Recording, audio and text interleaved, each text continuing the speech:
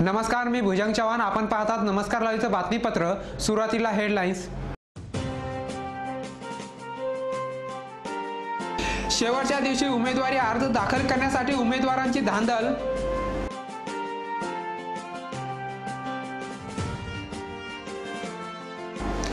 भोकर विधानसभा मतदारसंघातून अमिता चव्हाण यांनी दाखल केला उमेदवारी अर्ज.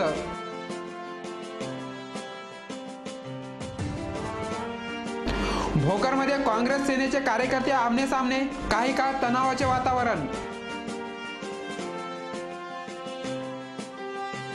नांदेड उत्तरमधून मिलिंद देशमुख यांचा उमेदवारी अर्ज दाखल. जुन्या नेत्यांना डावलून शिवसेनेने निवडला नवा चेहरा. आता बातमीपत्र विस्ताराने.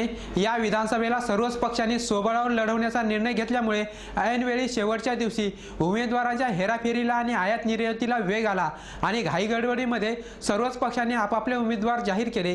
त्यामुळे उमेदवारांना शेवटच्या दिवशी उमेदवारी अर्ज भरण्याची गडबड झाली.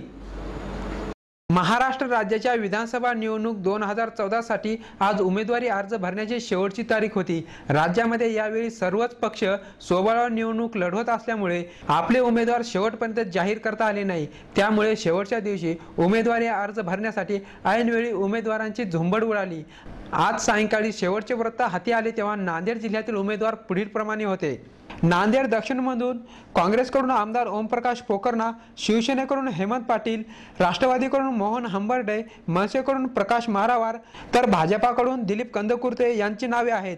नांदेड उत्तरमधून काँग्रेसकडून पालकमंत्री डी.पी. सावंत, शिवसेनेकडून मिलिंद देशमुख, राष्ट्रवादीकडून डॉक्टर सुनील कदम, मनसेकडून दिलीप ठाकूर तर भाजपाकडून माजी खासदार सुभाष वानखेडे यांचे नाव आहे. लोहा कंधार मतदारसंघामध्ये यावेळी देखील आजी माजी आमदार आमने सामने आहेत. शिवसेनेकडून माजी आमदार प्रताप पाटील चिखलीकर यांनी यावेळी आपला उमेदवारी अर्ज दाखल केला आहे. तर राष्ट्रवादीकडून आमदार शंकरांना धोंडगे यांचे त्यांना आव्हान आहे. त्याचबरोबर काँग्रेसकडून डॉक्टर श्याम तेलंग यांनी उमेदवारी अर्ज दाखल केला असून मनसेकडून उपाध्यक्ष रोहिदास चव्हाण यांनीही आपला उमेदवारी अर्ज दाखल केला आहे. त्याचबरोबर मुक्तेश्वर धोंडगे यांनी भाजपाकडून आपली उमेदवारी दाखल केलेली आहे. भोकर विधानसभा मतदारसंघामधून काँग्रेसकडून माजी मुख्यमंत्री यांच्या पत्नी सौभाग्यवती अमिता चव्हाण यांनी आपला उमेदवारी अर्ज दाखल केला आहे. तर शिवसेनेकडून बबन बारसे यांनी त्यांना आव्हान दिले आहे. त्याचबरोबर भाजपाकडून माधवराव पाटील किनळकर यांचे आव्हान असून राष्ट्रवादीकडून धर्मराज देशमुख हे निवडणूक रिंगणामध्ये उतरले आहेत. तर माधव जाधव हे मनसेकडून निवडणूक रिंगणामध्ये आहेत.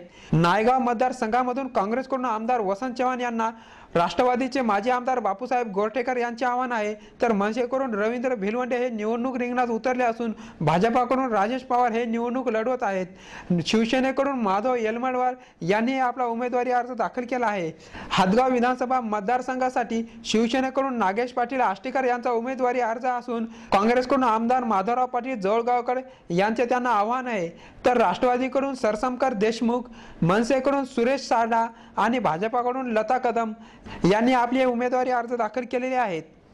देंगलूर मतदारसंघामधून शिवसेनेकडून माजी आमदार सुभाष साबणे यांना अपक्ष उमेदवार भीमराव क्षीरसागर यांचे तगडे आव्हान असून राष्ट्रवादीकडून वाडेकर गुरुजी, मनसेकडून पार्वतीबाई सूर्यवंशी तर भाजपाकडून मारुती वाडेकर यांचे आव्हान आहे. किनवट विधानसभा मतदारसंघामधून राष्ट्रवादीचे विद्यमान आमदार प्रदीप नाईक यांना काँग्रेसकडून नामदेवराव केशवे यांनी आव्हान दिले आहे. तर शिवसेनेकडून बी.डी. चव्हाण यांनी आपला उमेदवारी अर्ज दाखल केला आहे. त्याचबरोबर मनसेकडून धनलाल पवार यांचा उमेदवारी अर्ज असून भाजपाकडून अशोक सूर्यवंशी हे निवडणूक रिंगणामध्ये उतरलेले आहेत. यावेळी सर्वच पक्षांनी आपापले उमेदवार उभे केल्यामुळे निवडणूक अटीतटीची आणि उमेदवाराचा कस लावणारी ठरणार आहे. बहुचर्चित अशा भोकर विधानसभा मतदारसंघातून खासदार अशोकराव चव्हाण यांच्या पत्नी अमिता चव्हाण यांनी आपला उमेदवारी अर्ज दाखल केला. त्यांच्या विरोधात भाजपाकडून माधवराव पाटील किनळकर, राष्ट्रवादीचे धर्मराज देशमुख आणि शिवसेनेकडून बबनराव बारसे यांनी आव्हान दिलेले आहे. भोकर विधानसभा मतदारसंघामधून माजी मुख्यमंत्री अशोकराव चव्हाण यांच्या पत्नी सौभाग्यवती अमिता चव्हाण यांनी आज आपला उमेदवारी अर्ज दाखल केला. मागच्या विधानसभेला अशोकरावांनी 2 लाखावर मताधिक्य मिळवून राज्यामध्ये विक्रम घडवला होता. यावेळी मात्र परिस्थिती वेगळी आहे. भोकर काँग्रेसला फुटाफुटीचे ग्रहण लागले असून भाजपाने नागनाथ घिसेवाड यांच्यासह 42 सरपंच फोडले आहेत. त्याचबरोबर अशोकराव चव्हाण स्वतःही निवडणूक लढवत नसून त्यांच्या पत्नी अमिता चव्हाण या निवडणूक लढवत असल्याने त्यांना विजय म्हणावा म्हणावं तितका सोपा आणि सुलभ जाणार नाही। आज अशोकराव स्वतः विधानसभेच्या आखाड्यात उतरून मुख्यमंत्री पदाचे दावेदार म्हणून निवडणूक लढविणार असल्याच्या वावड्या देखील उडाल्या होत्या, परंतु ऐन वेळी त्यांनी आपल्या पत्नी अमिता चव्हाण यांच्या नावानेच उमेदवारी दाखल केली। यावेळी आयोजित केलेल्या मोठ्या जनसमूहासमोर अशोकरावांनी अमिता चव्हाण यांना निवडून देण्याचे आवाहन केले।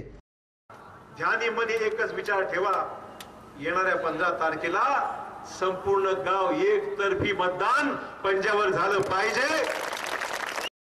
अमिता चव्हाण यांना भाजपाकडून डॉक्टर माधवराव किन्हळकर तर शिवसेनेकडून बबनराव बारसे यांचे आव्हान असून अमिता चव्हाण येणाऱ्या काळात भोकरच्या जनतेचा विकास कशा प्रकारे जिंकतात ते लवकरच कळणार आहे।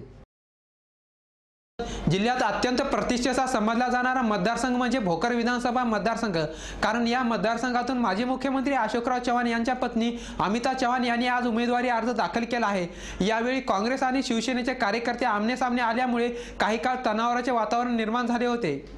राज्यामध्ये चर्चिल्या जाणाऱ्या काही मोठ्या मतदारसंघामध्ये भोकर विधानसभा मतदारसंघाचा समावेश करता येईल, कारण या मतदारसंघात राज्याचे माजी मुख्यमंत्री तथा खासदार अशोकराव चव्हाण यांची प्रतिष्ठा पणाला लागलेली आहे। अशोकरावांच्या पत्नी अमिता चव्हाण या भोकर विधानसभा मतदारसंघामधून निवडणुकीसाठी उभ्या राहिल्या असून त्यांना भाजपाचे माधवराव पाटील किन्हळकर यांनी आव्हान दिले आहे, तर राष्ट्रवादीकडून धर्मराज देशमुख आणि मनसेकडून माधव जाधव आणि शिवसेनेकडून बबन बारसे यांचे आव्हान आहे। आज उमेदवारी अर्ज दाखल करण्याचा शेवटचा दिवस होता। या दिवशी खासदार अशोकराव चव्हाण यांच्या उपस्थितीत अमिता चव्हाण आपला उमेदवारी अर्ज दाखल करण्यासाठी भोकरमध्ये दाखल झाल्या, तर भाजपाकडून देखील माधवराव पाटील किन्हळकर यांनीही आपली उमेदवारी दाखल करताना कार्यकर्त्यांचे मोठे शक्ती प्रदर्शन केले। त्याचबरोबर बबनराव बारसे यांनीही आपले कार्यकर्ते घेऊन भोकर तहसीलवर रॅली काढली। दुपारी 3 वाजेपर्यंत उमेदवारी अर्ज दाखल करण्याची शेवटची वेळ होती, त्यामुळे सर्वच उमेदवार उमेदवारी अर्ज दाखल करण्यासाठी एकाच वेळी शहरातील चौकामध्ये दाखल झाले। यावेळी काँग्रेस, भाजपा आणि शिवसेनेचे नेते आणि कार्यकर्ते आमनेसामने आल्यामुळे जोरदार घोषणाबाजी झाली आणि काही काळ तणावाचे वातावरण देखील निर्माण झाले।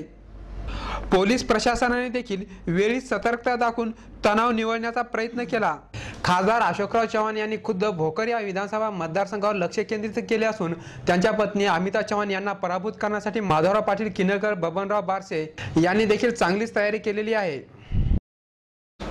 नांदेड उत्तरमधून शिवसेनेचे युवा नेते मिलिंद देशमुख यांनी आज शेवटच्या दिवशी आपला उमेदवारी अर्ज दाखल केला।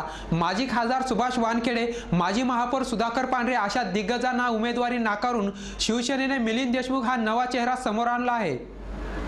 या विधानसभेला राज्यातील सर्वच पक्ष स्वबळावर लढत असल्यामुळे यावेळी पक्षातील बहुतांश दावेदारांना उमेदवारी मिळाल्या आहेत, तर अनेक नेत्यांनीच पक्षांतर केल्यामुळे हेवेदावे वाढले आहेत। काही नव्यांना देखील संधी मिळाल्या आहेत। नांदेड शिवसेनेमध्ये यावेळी असे चित्र निर्माण झालेले आहे। नांदेड दक्षिणमधून जिल्हाप्रमुख हेमंत पाटील यांचे नाव आधीपासूनच निश्चित होते, तर नांदेड उत्तरमधून जिल्हाप्रमुख प्रकाश कोडगे, माजी महापौर सुधाकर पांढरे यांना उमेदवारी देणार अथवा माजी खासदार सुभाष वानखेडे यांना उमेदवारी देणार, परंतु शिवसेनेमध्ये काही निष्ठावंतांनी नांदेड उत्तरसाठी स्थानिकांचा उमेदवार द्यावा अशी मागणी केली। संपर्क प्रमुख बबनराव थोरात यांना नाईलाजाने माजी खासदार सुभाष वानखेडे यांचे नाव मागे घेऊन युवा नेते मिलिंद देशमुख यांना उमेदवारी द्यावी लागली। आज मिलिंद देशमुख यांच्या कार्यकर्त्यांनी नांदेड उत्तरमधून जोरदार शक्ती प्रदर्शन करून मिलिंद देशमुख यांची उमेदवारी अर्ज दाखल केला। मिलिंद देशमुख यांना काँग्रेसचे उमेदवार पालकमंत्री DP सावंत, भाजपाचे उमेदवार डॉक्टर सुनील देशमुख, मनसेचे शहराध्यक्ष दिलीप ठाकूर यांचे आव्हान आहे। नांदेड शिवसेनेला आता मिलिंद देशमुख यांच्या रूपाने नवा चेहरा मिळाला आहे।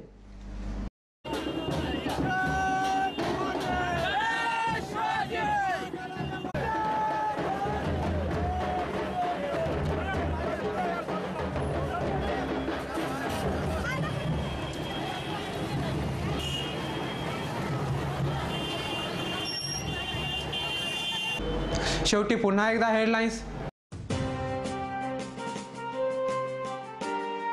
शेवटच्या दिवशी उमेदवारी अर्ज दाखल करण्यासाठी उमेदवारांची धांदल।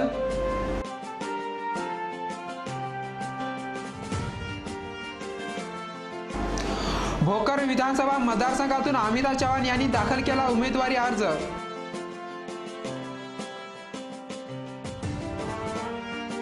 भोकरमध्ये काँग्रेस सेनेचे कार्यकर्ते आमनेसामने, काही काळ तणावाचे वातावरण। नांदेड उत्तरमधून मिलिंद देशमुख यांचा उमेदवारी अर्ज दाखल, जुन्या नेत्यांना डावलून शिवसेनेने निवडला नवा चेहरा। आणि याचबरोबर नमस्कार लावायचं हे बातमीपत्र संपलं. पुन्हा भेटूया. नमस्कार.